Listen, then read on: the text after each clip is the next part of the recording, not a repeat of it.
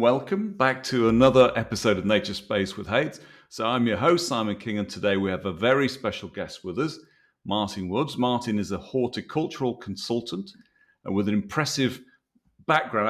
I said horticultural consultant, and I felt him squirm a little bit because he'd probably just say I'm a gardener, but we'll explain why he's a lot more than that. With an impressive background, so including his role as, and I'm going to stand up from my seat here, perhaps as the head gardener at the Royal Gardens of Sandringham. He's been an instrumental help in our efforts to establish sustainable, fingers crossed, and future beautiful green spaces at Haith. So welcome, Martin. Thanks, Simon. It's great to be here.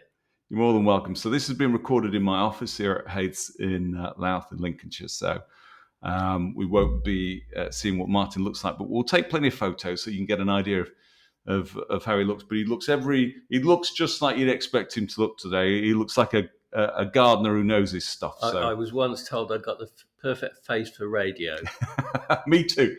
You're in good company.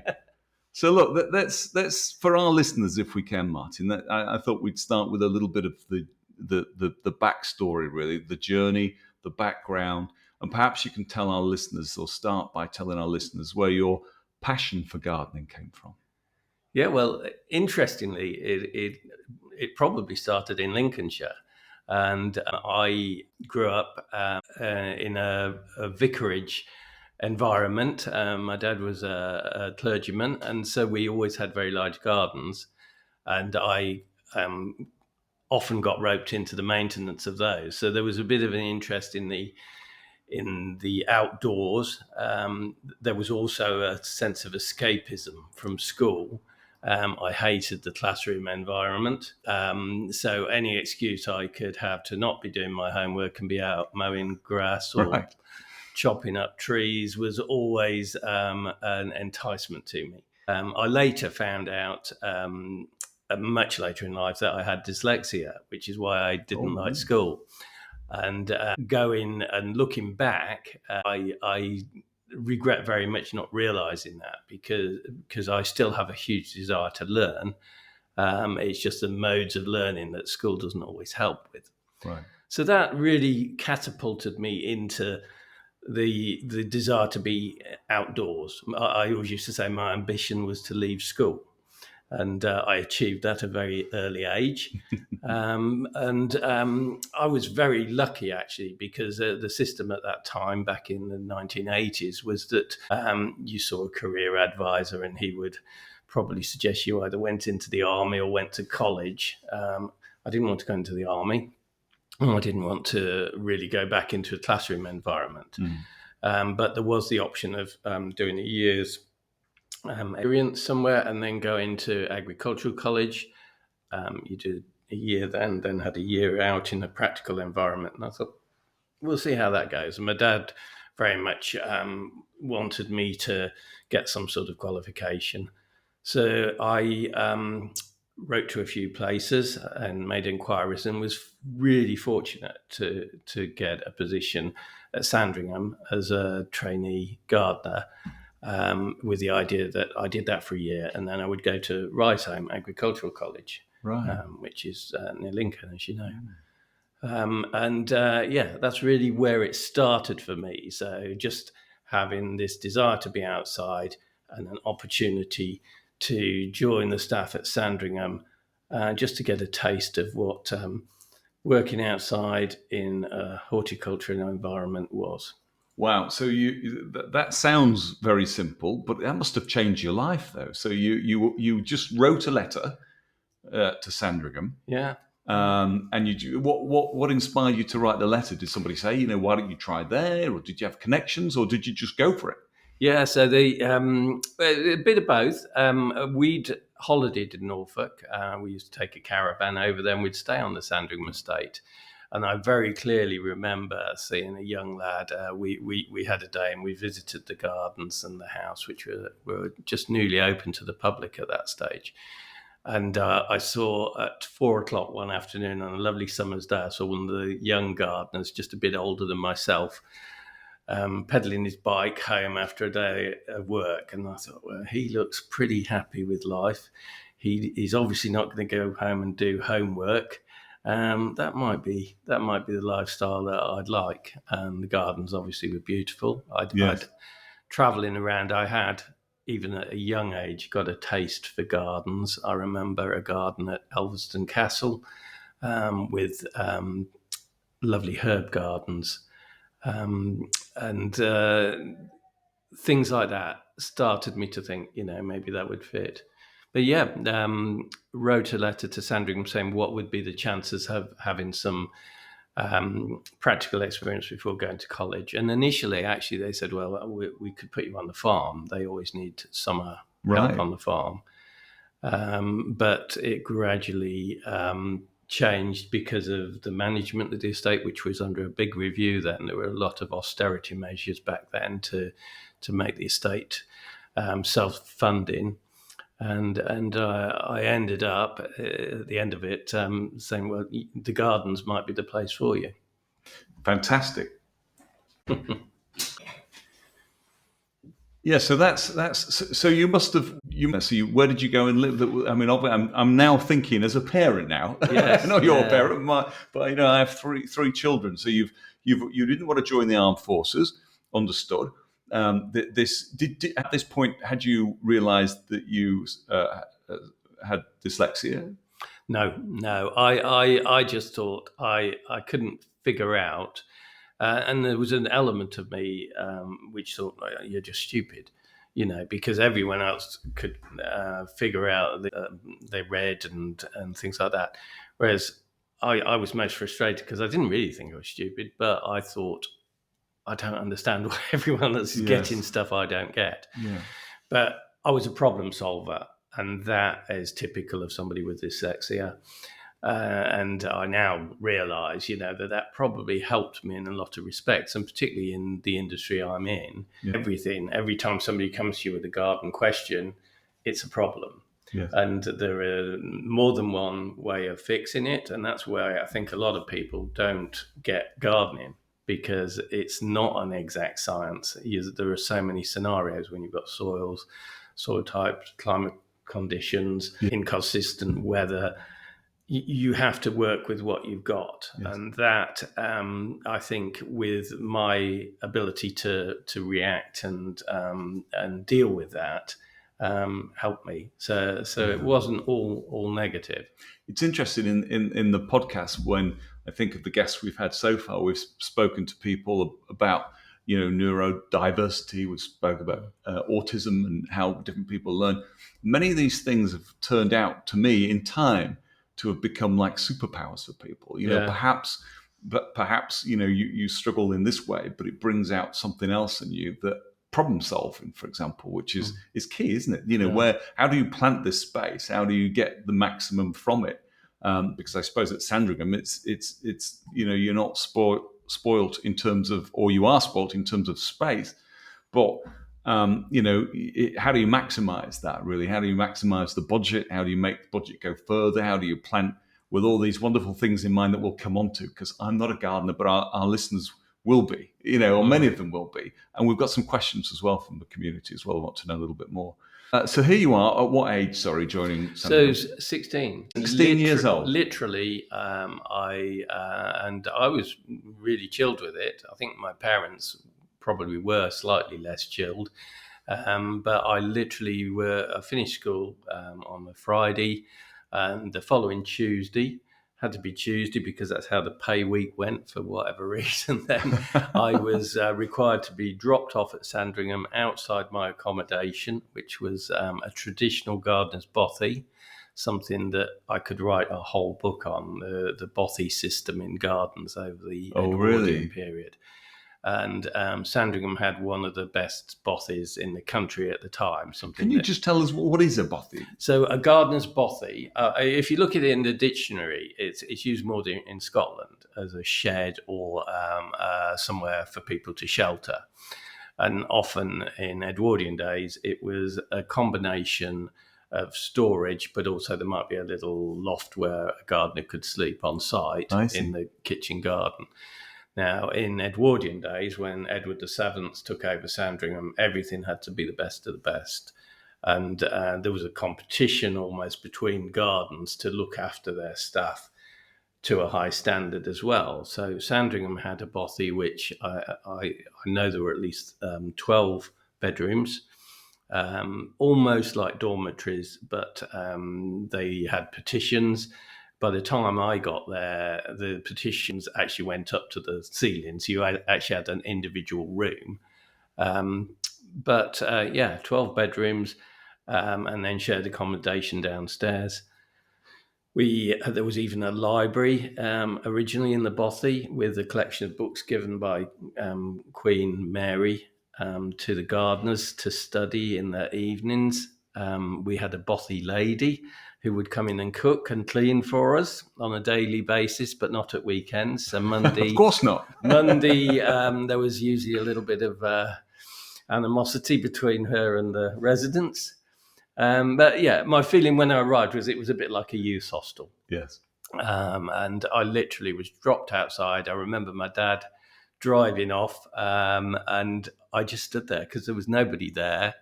And it was just before the staff came home from work. So a gardener who used to work for the Duke of Kent on a nearby residence, he was accommodated there, and he turned up on his bicycle.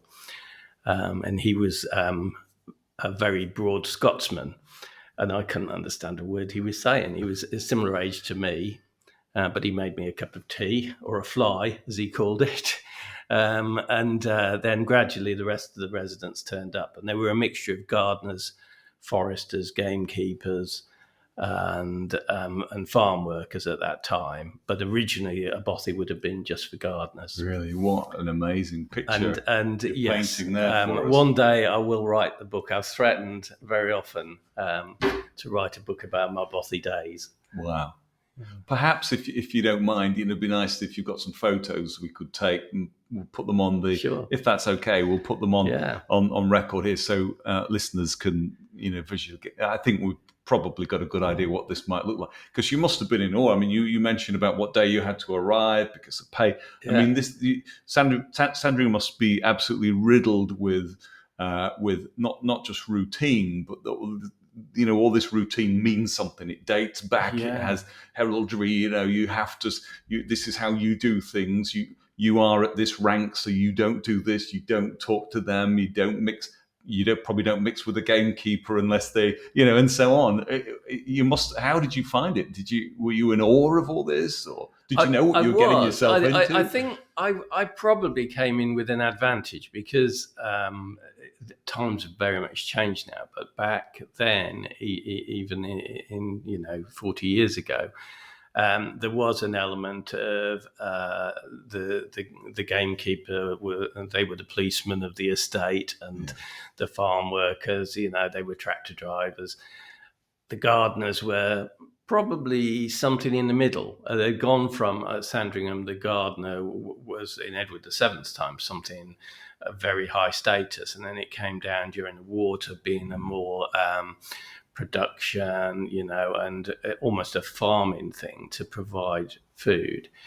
And then, the bothy became accommodation. But I, coming from an environment where my dad ran a parish, I was used to meeting people at all levels. Right. I might have been meeting the Bishop of Lincoln one day, and then I was, at school, things like that. And it didn't faze me quite as much as probably some people. Although I do remember the first time I saw a member of the royal family on the estate. And tell us more. We don't want to get you. We don't want to get you anything to do with treason or excommunicating all the rest of it. But tell us who was that? What happened? It was just bizarre, I suppose, because you're so used to seeing the royal family on the TV and in the media. And I think the first member of the royal family I saw, I was walking into work, and the Princess Royal was riding a horse and just rode the horse past me. She'd got a dog running alongside, and she just said, "Good morning." And I said, "Good morning, Your Royal Highness," as the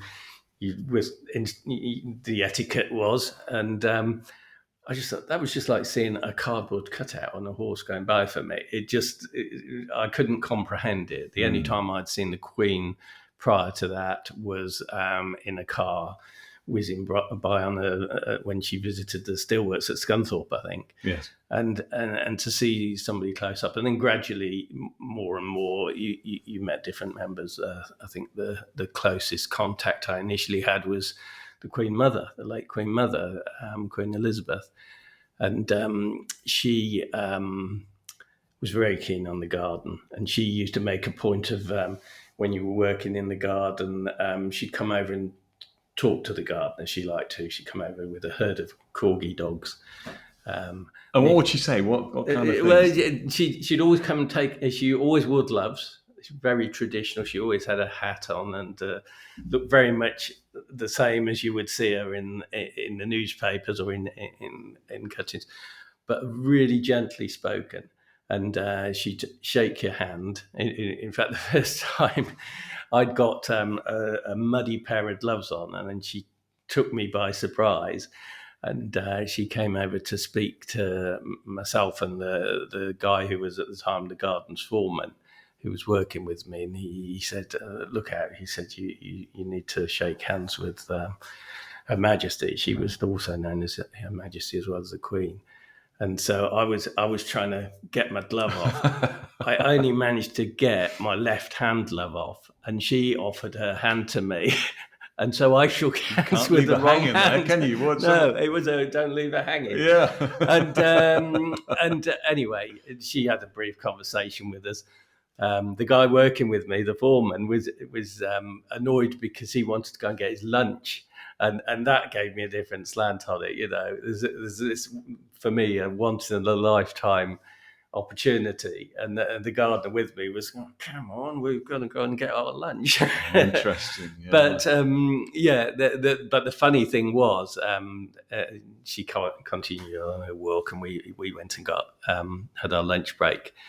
And he said, what were you doing shaking hands with the wrong hand? And I said, well, I explained. And he said, you idiot.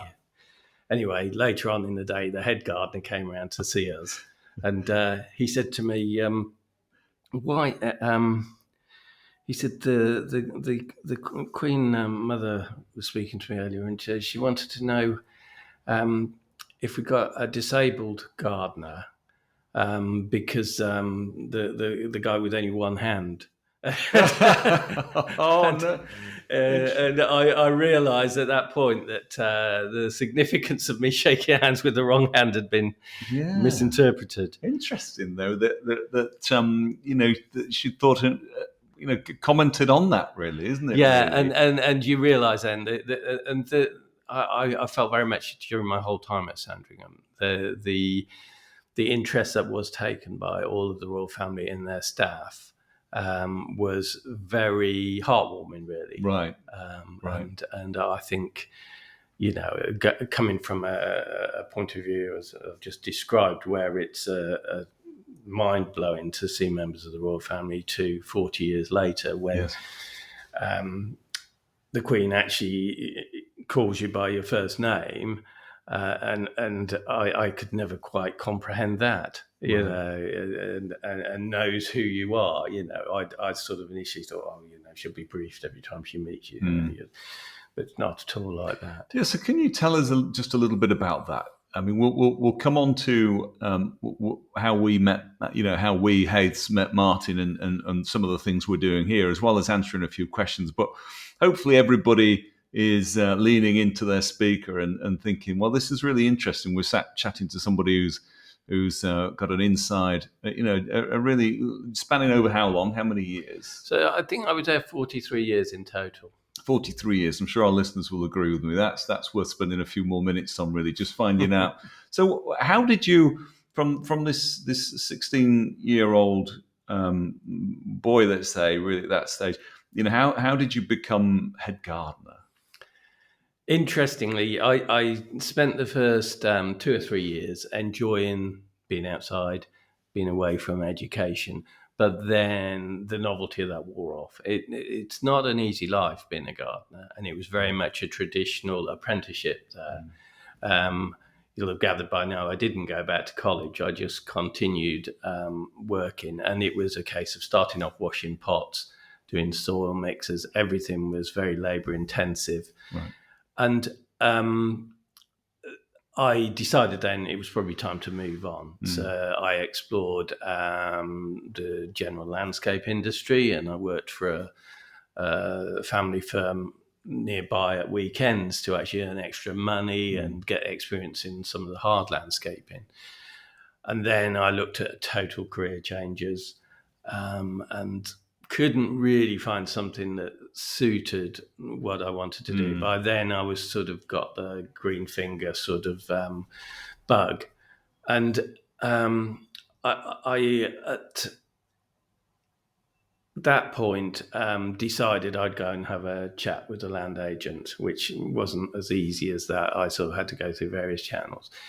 And I said, what career progression would there be if I stayed? Because I was thinking of moving, and he was very understanding and totally could see where it was coming from, and didn't want me to leave. And I then had the opportunity to do some training. So I did some distance learning with the HCC and got the RHS qualifications, the Advanced Certificate in Horticulture, then did a horticultural management course. And by that time, I started to conquer the issues I'd got with dyslexia, and with the use of word processors and things like that. It made things a lot easier, the internet. Yeah. And I vividly remember saying to the land agent that I've no desire to be a head gardener by the time I'm 30, but I don't want to be washing pots out. And I think I pretty much had made head gardener by the time I was 30. And I always thought that was a bit ironic. Fantastic.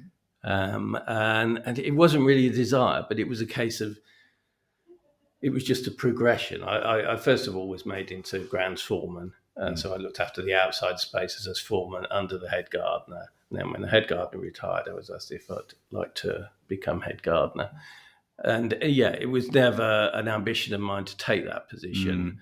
And I saw the responsibility as quite a big, heavy one. I bet, yeah. Because deep down, I was just a gardener. I like working with plants. And then it moves on to managing staff and the responsibility of all of that, as well as maintain the garden to a standard for the Queen. So what was that moment like when you found out? How I mean, was there a big build up to knowing, in 6 months' time, I will become, but there must have been the initial moment when that moment when you found out.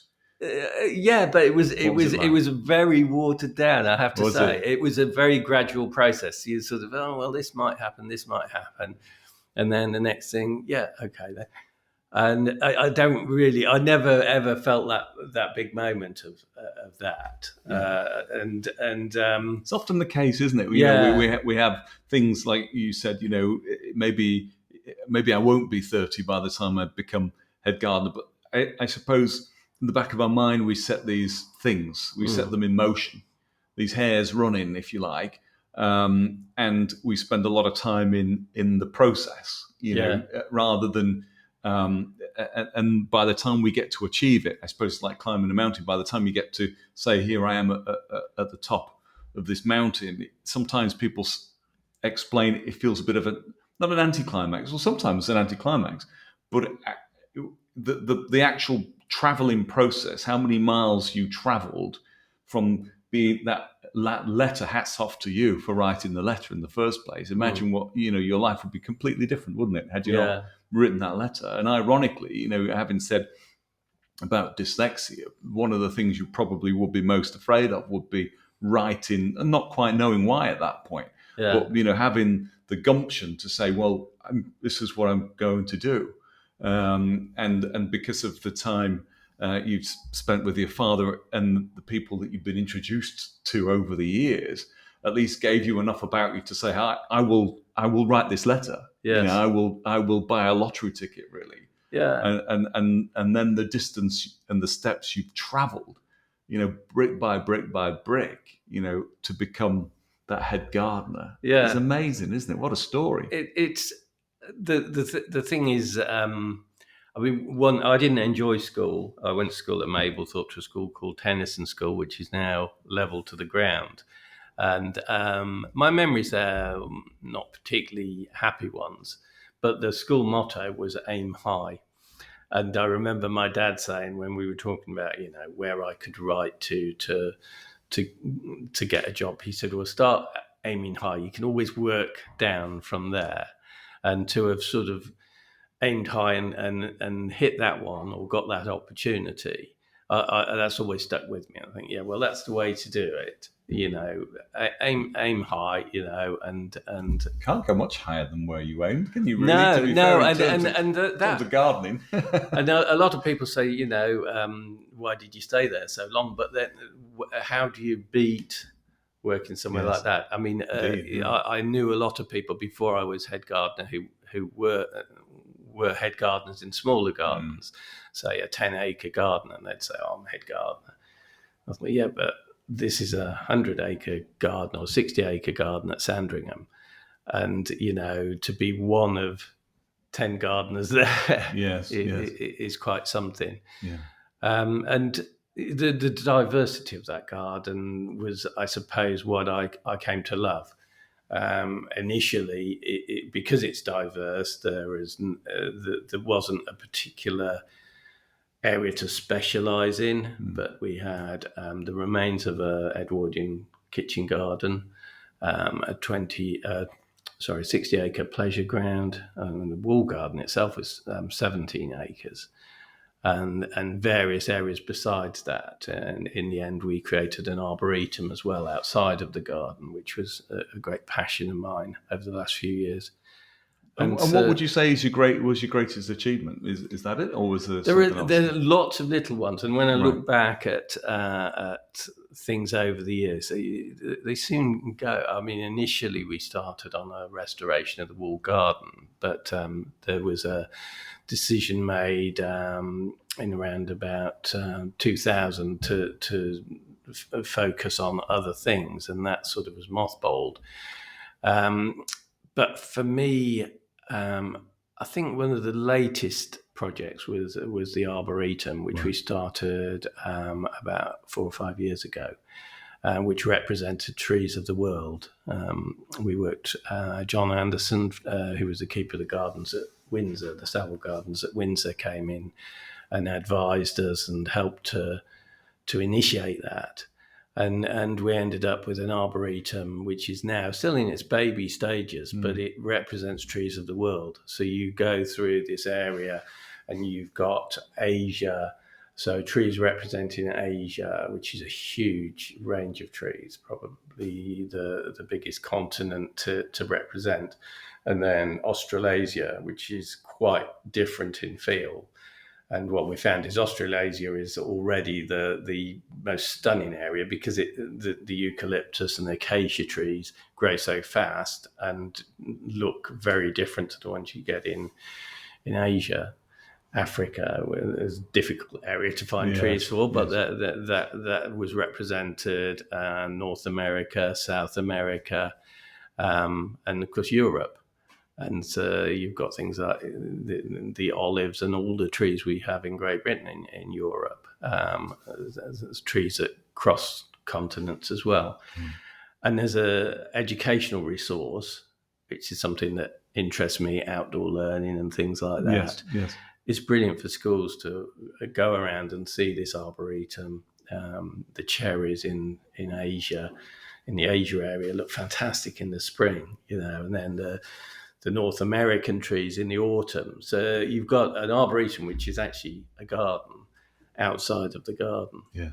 And because that's something that was done totally in my time. Yeah. Although latterly that was really interesting, but lots of projects in the garden. And talking of time, just to give our listeners just to give them pictorially, better idea of what type of time we're talking about spanning, other than the years you mentioned.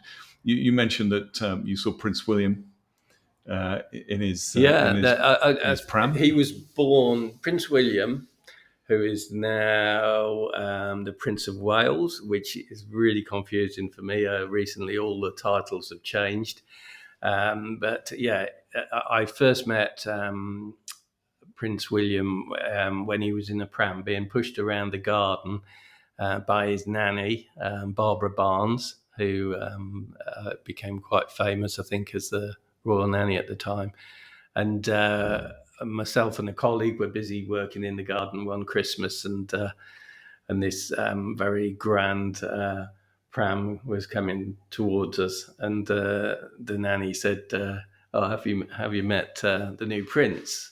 And we said, "No, we haven't had the honour." So And literally, the future king. yeah, pulling back the blankets and seeing his little face looking at me, and I was actually honoured more recently to have spoken to the new Prince of Wales when Prince George was a similar age, and saying to him, the first time I met you, you were this age. Oh no, the classic line. Yes, yeah, probably rather naff, but it really But put true. things into Very perspective. true in this One of the pleasures of living and working on the estate has been seeing the families and the children. Yes. Now Prince George, Princess Charlotte, and Prince Louis growing up, and having as normal a childhood as they can in that environment, and being able to bring my children up in that environment as well. So I think that brings us neatly. I think we could talk all day about this, really, but how do you break away from that? Why do you break away from that? And what are you doing now? What's the plan? Yeah, so I have always had this inkling, having worked at Sandringham for so long, that is that going to be it? Is that where I'm going to spend my whole career? And the majority of people who work for the royal household, that is very much the way they do it. They either stay for a short while and go, or do the long haul. And there's a real family atmosphere within the household like that. I mean, I've still got so many friends within the household, and I just it was a case of when, if you go, when and where to. And I sort of made the decision a few years ago, and I think, like a lot of people, COVID makes you reassess, how the sort of longevity of life and what you're going to do with it. And I got to a point of thinking, I'd like to take a bit of time out. So I negotiated what essentially was a sabbatical of 6 months to travel and look at gardens. And my wife and I took off in a motorhome and traveled around France and several other places in Europe. I think we got as far as Bosnia. And looking at gardens and just the landscape in general, trees and plants growing in their natural environment, the effects of climate change.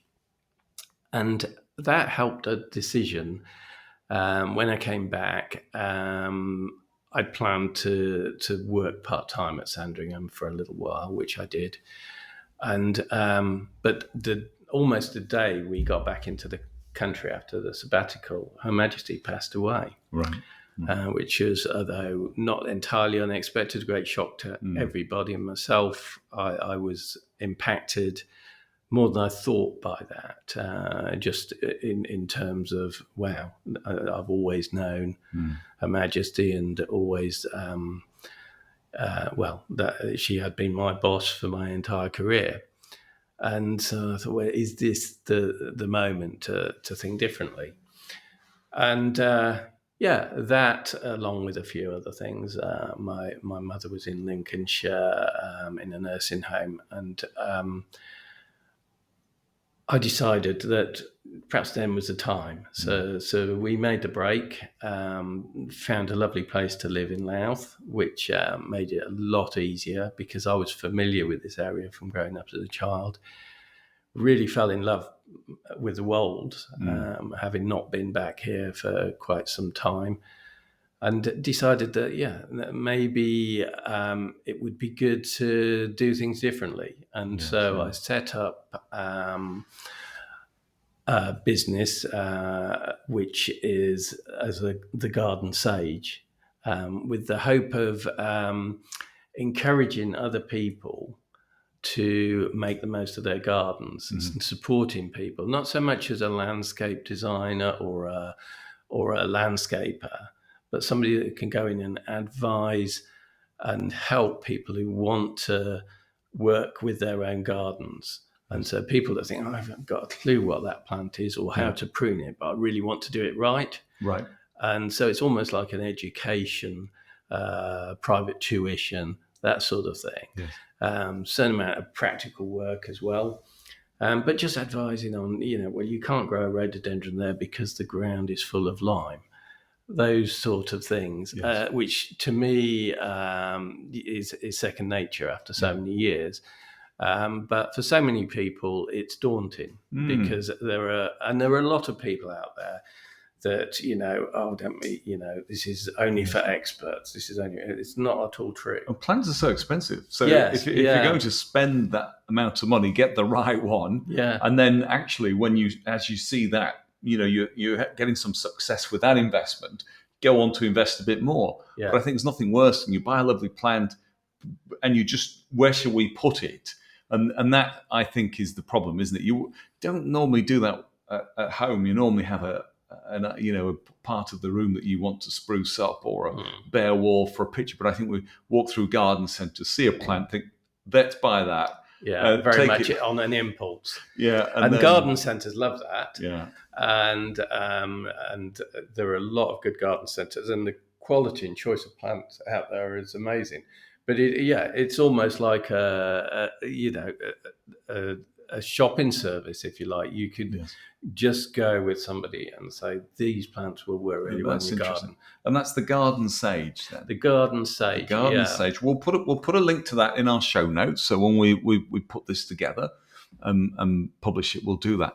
So while we've got you here, then let's see whether for our listeners we can tap into the knowledge here of the Garden Sage as well, and find out. We've got some questions if we can, and then we'll come back to our project here about what we've been doing together to create more space for nature. So if we can, we're going to look for some gardening insights and tips. So I guess really this one's quite a general one, really. Probably, again, will take all day to answer, but some practical gardening advice, really. What are the best plants to bring colour to your garden kind of throughout the seasons, really?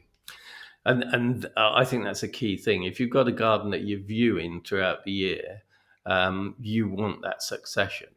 And a tip I would give, as well as just giving a list of plants, is to, if you've got the time, to actually almost do the opposite of what I was just talking about. You can go to the garden centre at the appropriate time of year and just see what's in season. So take a whole year to plant your garden. I see. And that, it sounds like basic advice, but that's quite a good way of doing it, rather than rushing out. Because what people tend to do, because the right time to plant is, or the best time is during the winter. People will go in the winter and they'll see everything that's looking good in the winter, and then the summer it's all very flat.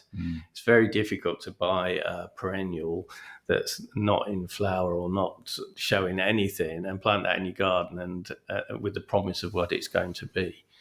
But there are books and things. You can do the same thing. There are many books that will give you plants throughout the season. The RHS books are very good. The RHS Encyclopedia of Plants, often these are set out in times of flowering.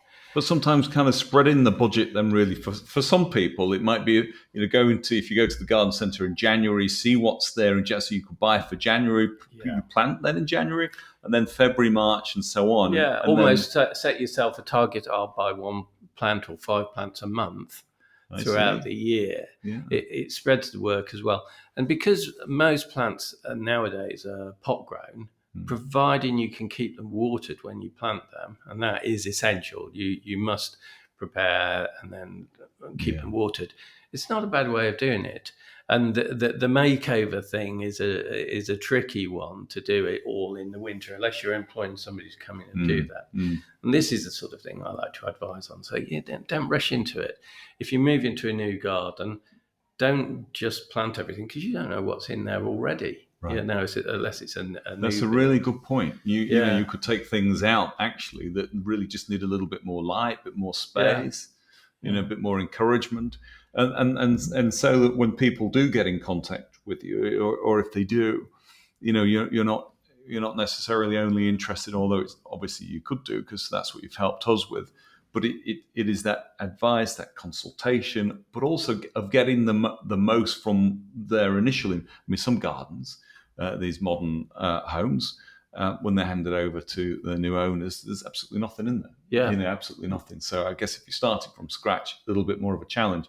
But lots of our gardens have already got things in them. Yes. And I guess you would take a look at that and say, well, look, this tree, give it more space. This border is shady. So actually, that leads us neatly onto our next question, really, about plants and shrubs for shady borders. That was a common question, actually, that came across to us. Is that generally a problem then for people? It's not so much a problem. The real problem is dry shade.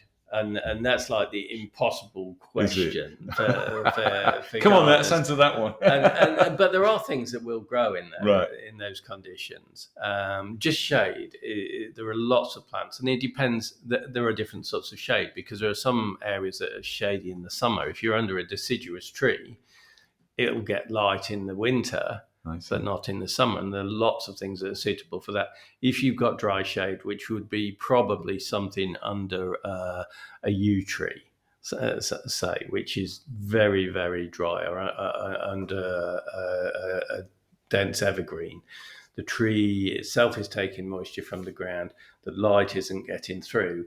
You really are limited then. There are a few things. There's a plant known as a stinking iris, Iris vitidissimina, which it could be called a weed, but it actually has a very pretty flower.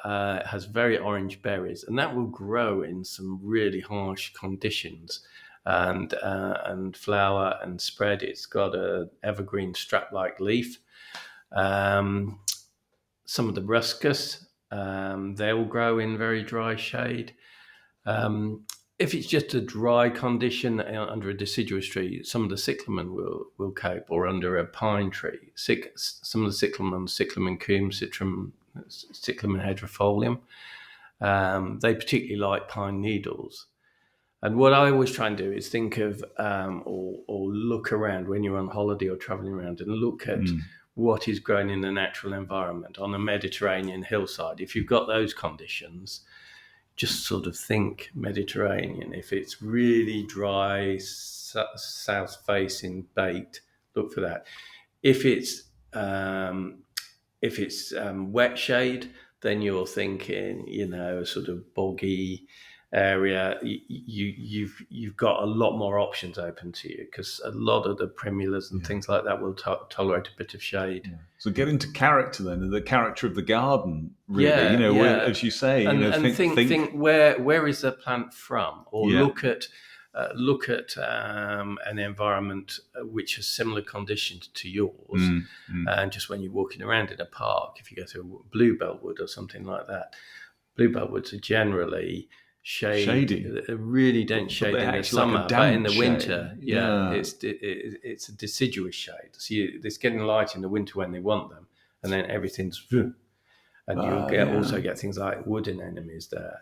And so anemones is something to think about, and lots of the bulbs that just come up in the spring are good for deciduous shade. See, that's interesting there, because when I read shady border in terms of the questions, I was thinking naturally of just a shady border, but thinking back to walking through bluebell woods and so on, and just actually, you're right, the shady, damp type, it's very different, isn't it? And yet I've got, in my garden, I have conifers here and there, and beneath them it is dry, very dry and shady, powdery soil. How growing something beneath those. But again, if we think of the parts of the world that like that, then that's where I'm shopping for potentially. And I think the dry shade, the drought is the thing. And I mean, there are means of bringing water into that area. What you'll probably find is if it's under a conifer, the conifer will grow even faster and take more water. Right.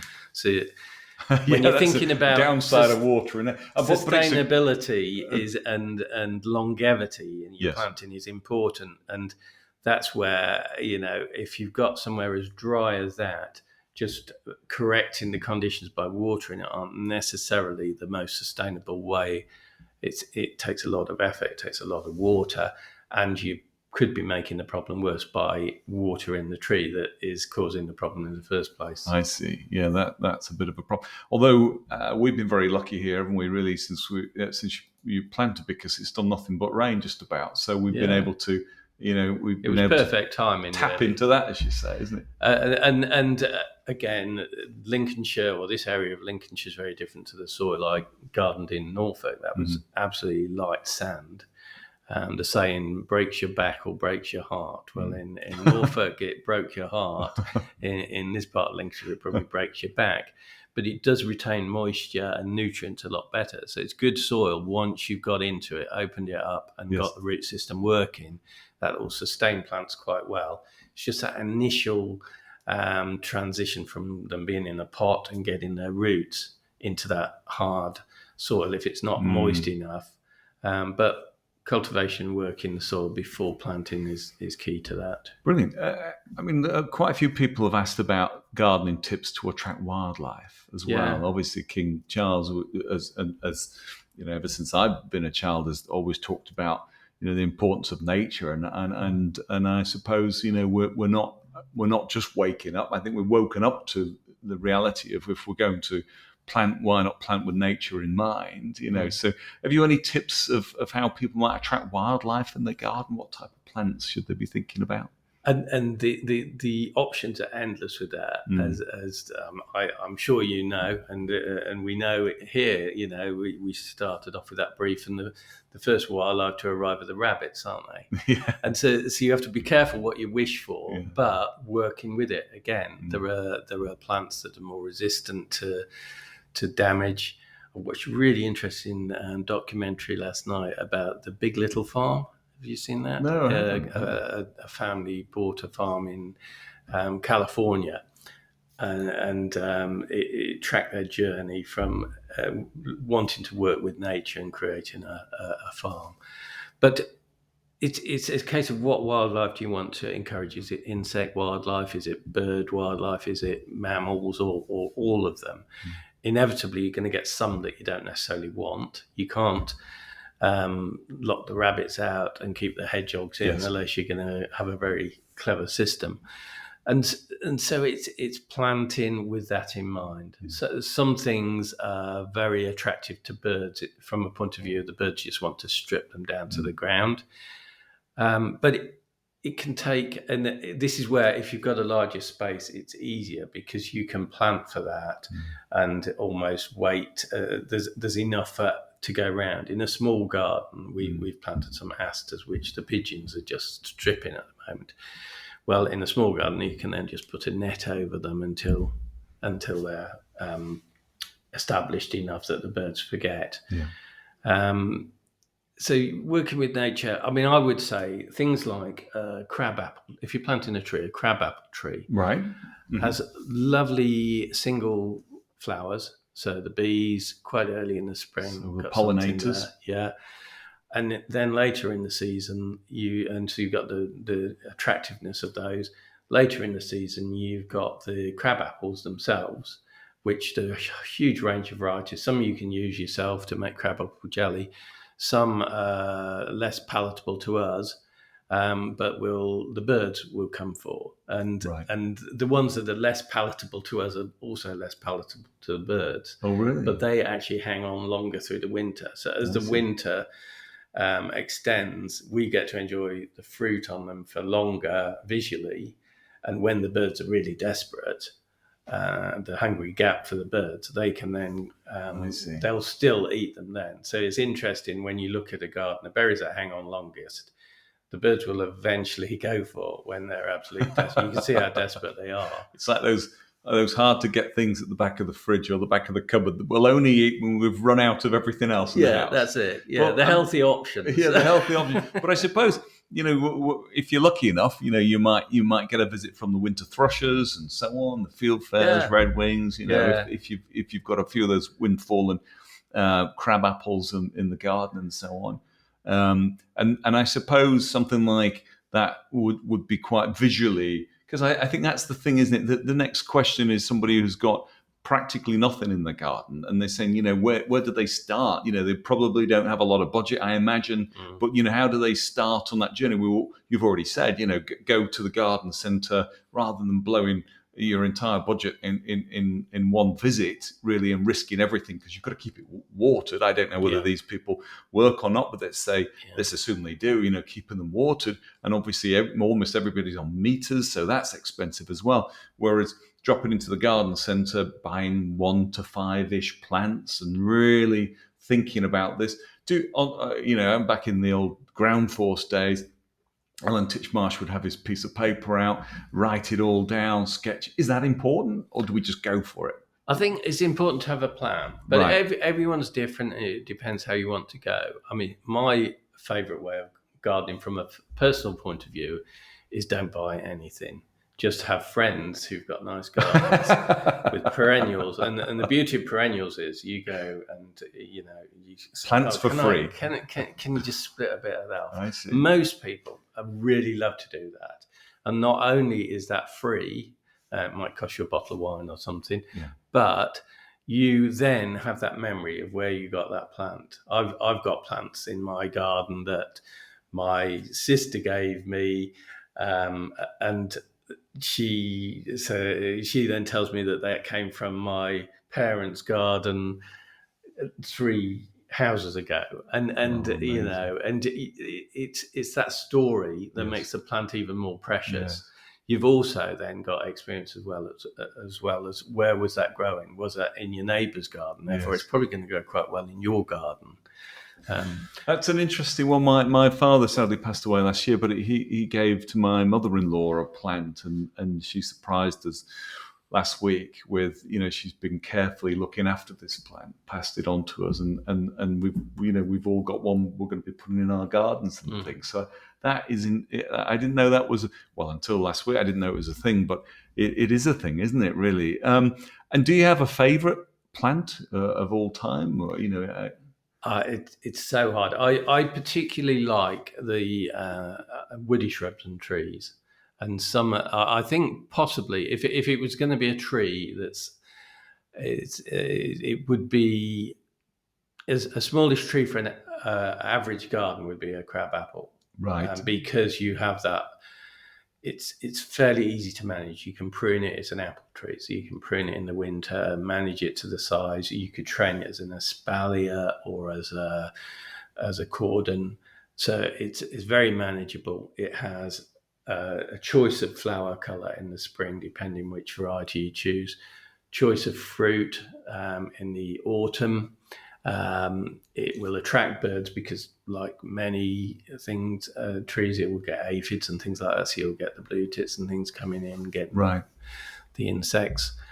And there's such a huge choice. There's a species called Malus hufahensis. It's not so commonly grown because it's a larger crabapple, but for a site like the one at Haith, in the wider area, that would be an ideal tree because it's very floriferous. It's quite long-lived, and it has an abundance of little berries, which are perfect bird fodder through the winter. Yeah. And when the petals fall in April, May, it's just like confetti. It carpets the ground as well as you've got that up. Yeah. So Malus hoofahensis is a type of crab. How do you remember these Latin names of these plant Again, genus? probably goes back to the dyslexia, because I struggled so much to get to grips with the Latin. Yes. And that I had a book which I'd recommend. There's no pictures in it at all. It's like a little black handbook of plant names simplified. It's a sort of book you can keep in your pocket, but it explains the meaning of plant names. So malus is a apple, any apple, even the ones you eat, they're all forms of malus. And then you get the species. So sylvestris, for instance, that means of the woods. So it tells you something of plants. If you've got something with aurea at the end, it means it's yellow. It's yellow foliage. So this is important, isn't it? Then this is important stuff because we mentioned crabapple a few times, but you also said there are many, yes, versions of varieties. And the same with oak trees. People think of an oak tree, the English oak. Yes, but there are hundreds of different species and then varieties. Oh, I didn't know that. Yeah, so I mean, at Sandringham, I recently visited, and the king has a particular interest in oak trees, particularly the large-leaved ones and the ones with colour, autumn colour or colour through the season.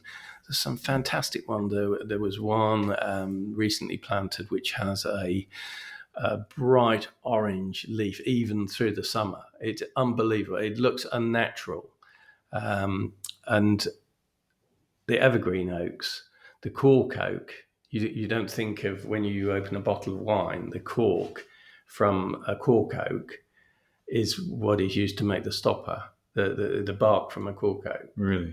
They stamp the corks out of layers of bark. It doesn't kill the tree because they harvest it in the Mediterranean as in a clever way. So they peel the bark off, take it to a mill, they're all stamped out into corks. And this has been going on for thousands of years. So the Latin is so important because if we just said oak tree, we're not really doing any justice. It's like if we were all called Simon or Martin and so on. There's more to them. And that's where common names are even worse because you get something that could mean one or two different things. But oaks are quercus. And that's international as well. So if I go to France and see a tree labelled, it will be a quercus. Yes. If it's a cork oak, it's Quercus suber. Suber gives you a clue as to the fact that it's used for bark. Quercus ilex, that's the evergreen oak, the holly oak. Ilex is actually a holly. That's the botanical name for holly. So then maybe our listeners don't really, I mean, many of them probably all, some will already know this, but some won't.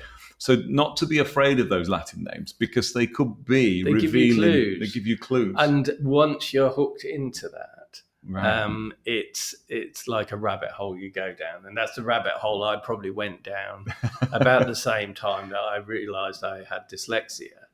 But the fascination with that stopped me worrying about exactly how they were spelt, but what it was telling you. Right. And the other advantage is that 9 times out of 10, people don't know if you're spelling the Latin correctly or not. Good point. The everyday person, obviously, lots of botanists would argue, and there is an importance in that because some are similar. But just looking for those clues. Yes. And that cataloguing is so important. I'm a fellow of the Linnean Society of London, and Charles. Exactly. And obviously, that people spend, a lot of time. There are so many unsung heroes of people who've travelled to all corners of the planet, documenting things, cataloguing things, explaining where they come from. In terms of the family hierarchy and so on, but listening to it from a planting perspective, because I naturally think of animals really, and birds and nature and so on. But obviously, planting is nature, and so thinking about that side of it actually is, opened up a side I hadn't really put two and two together for. I'll probably get thrown out of the Linnean Society for But not thinking about it's that before. exactly the same thing. Yeah. And you probably share my frustration with the new realization that lots of things are classified wrongly. Right. And so all the names and classifications are being changed with the realization of DNA and things like that. Mm-hmm.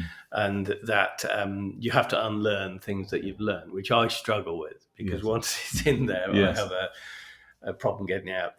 But it goes back to what I hope people will realize, that although those things are very important for the scientific point of view, from a horticultural point of view and an enjoyment point of view, it's far more important to enjoy and understand how plants grow. Even if you don't know exactly what they're called, if you've got a bit of an idea, you can get so much pleasure out of it. And I never want that to stop me getting the plant name right or something like that. If you know what that plant needs and what it's supposed to do, that's the important thing. That's what keeps it alive. Is that the best part of your job, really? That, just seeing something come I like to see fruition? people enjoy gardens. Right, interesting. And I like to see people's different point of view. Yeah. Obviously I've worked in one garden for a long time, but it has been a diverse garden, and we've had a number of obviously the royal owners, but also the visitors from all over the world coming in with their perspective on it. And I like to. The older I get, the more I like to see other people's points of view. There was a time when I'd say, I don't like contemporary planting. But in its place, it's okay. You hear it at Chelsea, all these arguments over whether that's a garden or not. But it depends what you want. For me, what is important is that whatever you want will work. I don't like a disposable garden where you make it over or plant it one year. I'm not a massive fan of bedding plants, because unless you're growing them from seed, which is fine, it's this annual thing of go to the garden centre, buy things in plastic pots, plant them. That for me is a quick fix, and it makes a fantastic display. But really, if you're wanting to work with nature, you want things that are sustainable. That's interesting. So, we don't want, from a clothing perspective, certainly, my eyes are more and more open to what fast fashion is. My daughter at uni, for her dissertation, wrote about it and the damage it does. And, for a cheap pair of jeans, and how much water's involved and so on, how much CO2. But, I watch, you mentioned Chelsea, I watch Chelsea and you think, well, here's like the runway, the catwalk for the plant world. But then I think all these gardens will then be, and I know they're moved to people's homes and people buy them and everything else. But I also think, crikey, that looks amazing, but that will be returned to some very flat ground at some point, and within a week or two of the show finishing. And I also think, in people's gardens, those who've got big budgets may plant, for the fashions, and that's from a nature perspective. It doesn't seem to, as we mentioned sustainability at the beginning, it doesn't seem to fit right with me. That's just me. Yeah, and it is a personal thing, and there's a need. And I think with Chelsea, possibly the interest and the education that it provides probably counteracts any harm that's done through that. And for the industry, the promotion of people planting the different plants, introducing new ideas is probably beneficial. But across the board, what you don't want to be doing is replicating that style in your own garden. You have to take the real bits from it that are sustainable, will work in your environment, and really, and I think that's where sometimes people need help. Lots of people will look at the TV or look at go to a show and think, I want exactly that in my garden. Now, you do need somebody that will very politely go and say, well, actually, that garden that you saw there, you will not be able to sustain that because things are crammed in, Yeah. things are all forced to flower at the same time. What you'll have is the essence of that. And to get a working garden, you want one that you can go in and at the times you want to go in and look at it and see what you want to see. Yes. You don't want a garden that's fantastic in June and has nothing for the rest of the year, and that's the challenge. Yeah. So many people will go for a garden for a moment in time, and if you're the sort of person that is in Spain for 3 months and then somewhere else, then you can do it like that if that works for you. But for most people, their garden is in their home.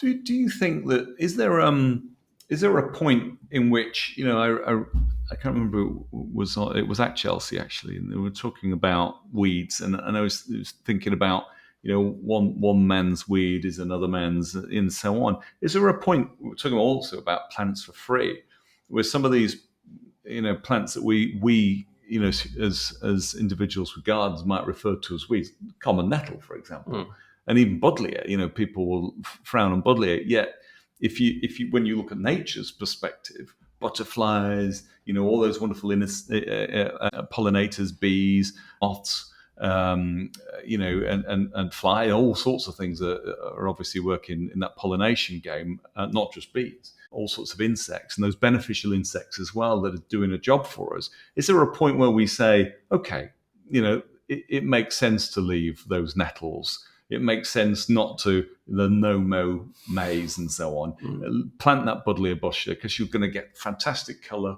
and so on. It's not something you buy necessarily from a garden centre. I mean, I think of it as being a child and train tracks and being covered with all these wonderful, all sorts of things, and now they look quite sterile.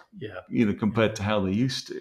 Is there a point where we say, let's not get too precious about this? Let's kind of give nature a bit of a break and leave corners, and manage some and hand the rest over to God to do his best. What? I think yes, that is entirely right. I think it has to be as part of a plan. Right.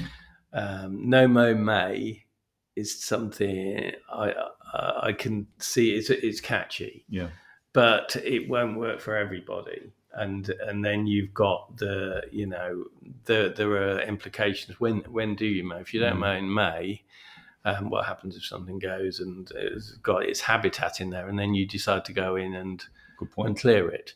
I wouldn't have thought that June is necessarily the best time to be going in there and clearing the whole area. There's all sorts of mammals and birds that might be in there thinking, well if you let me settle in and done that. So I would favour more having a corner, as you suggested, or an area, and manage that according to what you're trying to encourage. So if you're trying to encourage aquatic or sort of reptiles, things like that, you probably want a damp corner of the garden. If you're wanting other things like mason bees, you want a nice sunny wall or a sunny side. I think you almost do need to have a system to it. So you compartmentalize to a degree. So having thistles in your herbaceous border probably isn't the best plan, depending on which sort of thistles you're talking about. But there's no harm in having them. But you may even want to think about the wind direction. Rachel was talking to me this morning about the seeds blowing in off a field, just dispersing thistle seeds all over. And not only from your point of view, but from your neighbour's point of view. Yes. You have to consider the long-term impact of that. But, you can have thistles and keep them managed. Nettles, particularly, if you wanted to make your own fertilizer, putting nettles in a stretch of guttering and just dry, poking them in the top, a little handful of nettles, and it gradually oozes out a really nice, rich liquid at the bottom, catch that in a bucket and dilute that in your Really? watering can. It doesn't smell like putting it in a water butt. You just keep stuffing a handful of nettles in. So if you've got a patch of nettles big enough to do that, it's probably about right for a few butterflies as well. Got the caterpillars there. Good pair of gloves. Fantastic. Do the same with comfrey. Yeah. And there's lots of little things like that you can do. But definitely, you don't want everything to be same, leaving leaves in the garden. Everyone's got this thing of leaf blowers and rounding it all up and taking it to the tip. If you've got a tree and it's got leaves under it, leaf blowers are great just to blow the leaves back under the same tree. That's what the tree wants. It naturally sheds its leaves to go down, increase the humus under the tree. So raking them off isn't benefiting the tree at all. It would naturally want that leaf litter, along with all the microorganisms and things like that. So if your border's kind of full of these leaves, generally, I'm a big fan of just leave them there. Oh, I hope my wife's listening. Yeah, even when you're cutting down your herbaceous plants, if you can chop them up small, all right. It seems like it takes a long time, but so does a run to the recycle. Of course, plant. So maybe you spend longer with the secateurs or the shears, chopping it all down. Either put it in your own compost area or just let it fall around, put some mulch on top of it. All of those things naturally, if it was a hosta, would go back into the ground. If it was crocosmia, something like crocosmia, leave the leaves on through the winter because that protects the corms down there. You'll see when they start to grow, then get the leaves straight off. Often you don't even need to cut them, you just pull them off. I see. So it can be a little too clean, too much tidy is a thing. There's a difference between unmanaged. You can manage something, it doesn't have to be tidy. It just has to have a system to it. A plan. So and with wildflower meadow, it's very much like that. The mowing time is crucial. There's different sorts of meadows, so if we can, because we've kept you for a long time, Martin. I know you're busy today, but what I thought we'd do is, if we can, is probably finish on where we started, really, how we first met, which is our Naturespace project outside the building, really, which is our move here to Louth in Lincolnshire, which our listeners will know about, and our objective to hand back more commercial space or commercial space to nature, which involved initially, creating these ponds as well, which we've got 2 lovely ponds. But obviously, where you've come on board is everything, that you, or many of the things you've been talking about. It's been interesting to watch you walk around these empty spaces or spaces with not a lot happening, really, as far as we could see, and gently planning out your plan of attack, really, in terms of which plants, where to plant, how, what kind of space, what shape. And I wonder whether you could kind of explain to our listeners from your perspective, how that's going, what we're trying to achieve here. It would be interesting, maybe without any pressure, but it'd be interesting to know whether you feel like we're on the right track, not just with the garden, but our objective to make this a space for nature. Because and I say this before, really, because some people say, and I've got friends who say, why didn't you just move on to a farm and so on, and then you'd have had it all there. That, for us, would have been easy and a little indulgent, because it was already there. And then we would have moved in with our large building and actually undone a lot of the good. We wanted to come to a designated industrial zone and then prove that we could work alongside and attract nature. So improve the net biodiversity rather than, reduce it and then maybe we would look better on a farm. But it's not about how we look, really. It's about what we do. So from your perspective, really, where are we on that? Are we on track? And maybe you could just kind of give our listeners a bit of a virtual tour of what we've done. If that, I say we, what you've done so far. Well, and it hasn't been entirely me, which has been one of the nice things about working on this project. The staff have been so involved, yourself, Simon, I'm told you've been out there weeding, and I can see you've been out there weeding because, inevitably when you plant a new area, there's a bank of seeds in there that are going to come through. And it's looking really good. It's been quite a few weeks since I came back. So today is really lovely to see everything seems to be doing well. And when I first saw the project or was told about the project, I thought, I don't know, is that really something is that the sort of thing that I would want to be involved in? But as soon as I spoke with you and Rachel, I thought, yeah, I totally see this. And you become inspired. You forget about the surroundings and you focus. It's a decent sized area. The topography and the layout of it really lends itself to doing something like this. And the fact you've got water on site. Yes. As soon as we came, we started moving the liner around and moving materials. I don't know how many frogs we saw hopping around. I mean, that is a really good indicator that this environment is going to work and encourage nature, because the frogs will inevitably need food. So they've already found that there are slugs and worms and things around. So that helps.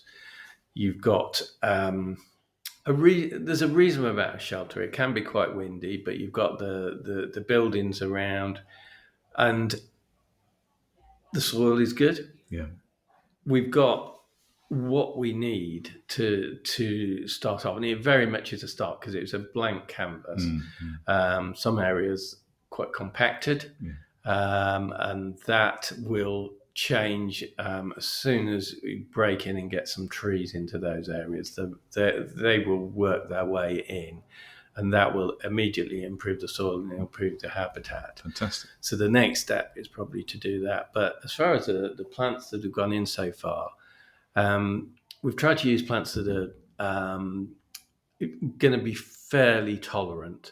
There's a few pretty things. We've got some Japanese acers, things like wisteria, to give a feeling of a garden in the staff area and in the visitor area.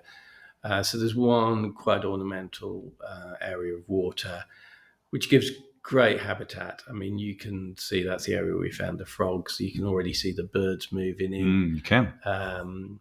Rabbits are coming and having a nibble, but that is good too, because some of the plants, when you put them in, good practice is sometimes to head them back and let them shoot again, because it gives the time for the roots to establish. Yeah. So I had a quick look this morning and think, well, actually, I hadn't got the heart to take the top out of that because it looked so nice when it was planted. But now they've been headed back. As long as they get a chance to regrow, you're working with nature. Yeah. And it'd be interesting to see how that balance goes. You may find out you get some stoats and weasels in there that brings down the rabbit population, and that'd be great to have. Not necessarily good for all the birds, if there's ground nesting birds, but that is nature. But I think the best thing is that, as I've worked out here, and I'm sure you notice, people pass by and they're looking through the railings. Absolutely. Thinking, every day, what is going on? This is different to the other areas. Yes. And lots of these projects around this type of estate, as part of the initial contract, they will be planted up. They'll be planted with a standard package of plants that are brought in from Holland in a pallet load, banged in and forgotten about. And in 3 years' time, it won't really look any different. The hope is here with the sustainability. You've got a mixture of plants. If some of them don't do so well, other ones will. We've used plants that are going to do well. With the wet conditions, we've used some willows, which will grow quickly. They'll provide shelter and habitat. And we've mixed in with them some perennials, which you wouldn't typically use on an industrial estate. But that gives a totally different vibe to the areas around the car parks. It's softer. And all right, once a year, they might just need chopping down. Right. But on the other hand, in 3 years' time, you won't have to come along with a chainsaw and prune all of those. Yeah. It's just a light prune once a year. And the tops on those, if they go down, the plant will come up through them again. Yes. We also use the cardoons, which is a bit different, but that's something really structural plant. It will come up big in the summer, down to nothing in the winter, with the corners either side of it. That's going to give all year structure, interest. And if you come to the summer, it'll look very different to the winter. Um, the birches, we've got those. They've got the stem colour, nice dappled shade, and underneath we've got the winter sweet growing there. Salvias we put in for a bit of a quick effect, and that's adding some colour straight away.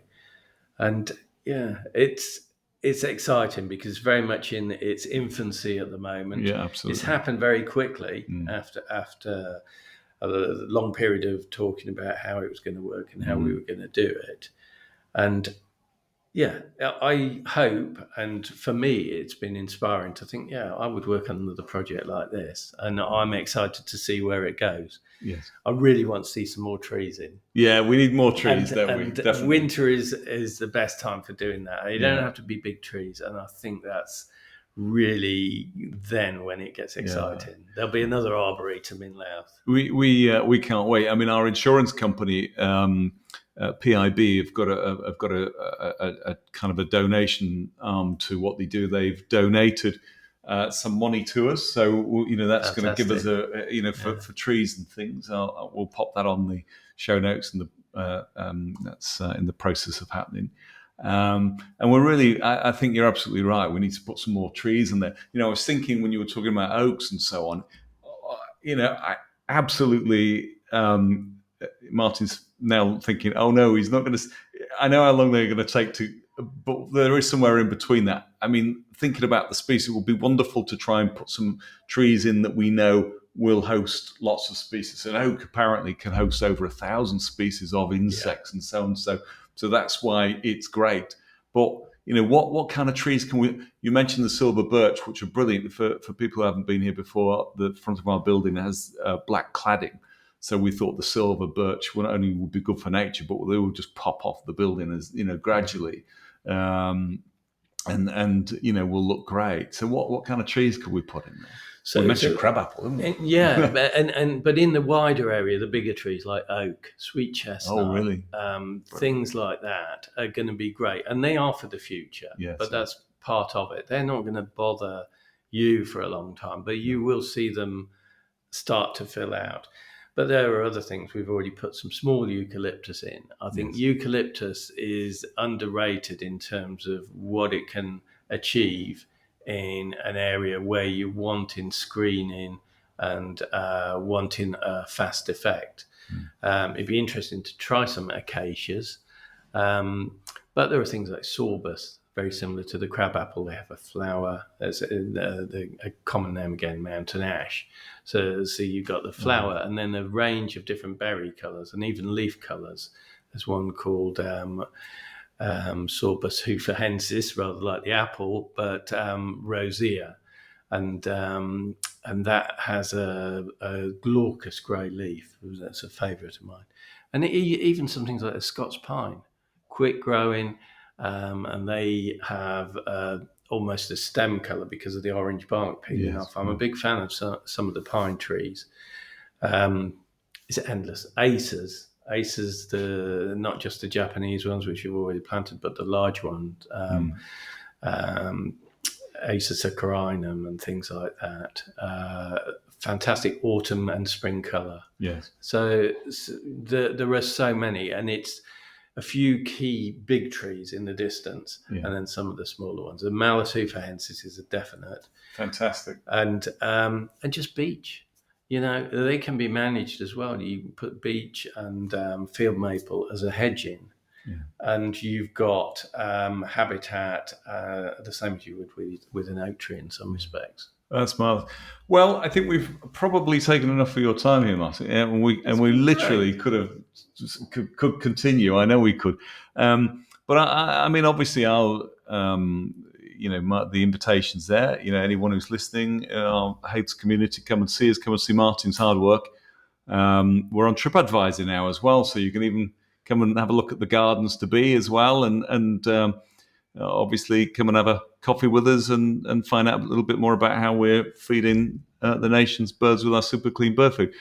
Martin, at this point, I always say to my guests, floor's yours for a few moments. Is there anything else you want to say? Any last bits of departing words about staying connected with nature or anything else? Obviously we'll put links. I know you've got a blog and a website, so you can find out more about Martin there. We'll make sure there's a link on there. But anything you'd like to add? I think the key thing, and we talked about a range of things this morning, but I think is not to let rules and expectations spoil your enjoyment of gardening. Right. Just because it says in a book somewhere that you should prune something at one time of the year or move something at one time of the year. All right, be guided by that, but think, why is that rule there? Yeah. And often it's just routine, and it's an easy way of compartmentalizing things. There are often ways around it. So don't let what people or what you think is the right thing spoil your enjoyment. Go out and have a go at doing these things. And your garden is your space. There isn't something that might be right. There are things that will grow better, and it's worth giving that consideration. It doesn't have to be expensive. We mentioned garden centres again, and I think you can do an awful lot with the garden by growing from seed, saving seed, getting cuttings from friends, and it's a community thing. It's a well-being thing. So whilst I am the garden sage as a business, really my heart is in sharing something which I believe is good for everybody to be part of. And so I just want to encourage everybody to have a go. Even if you've got a tiny garden, even if you've got a windowsill, there are things you can grow. Yeah, brilliant. So look, you've heard it from the garden sage himself. It was good enough for the royal family. It's good enough for us. They want you to have a go in your own garden. Your garden space is your garden, and stay connected with that community, which is a continual message you'll hear from the Naturespace with Haith's team. So thanks for tuning in. Stay connected with us for more stories and projects that bring us all a little closer to nature. And until the next time, take care and keep nurturing a natural world. Thanks, Martin. Thank you. Thank you.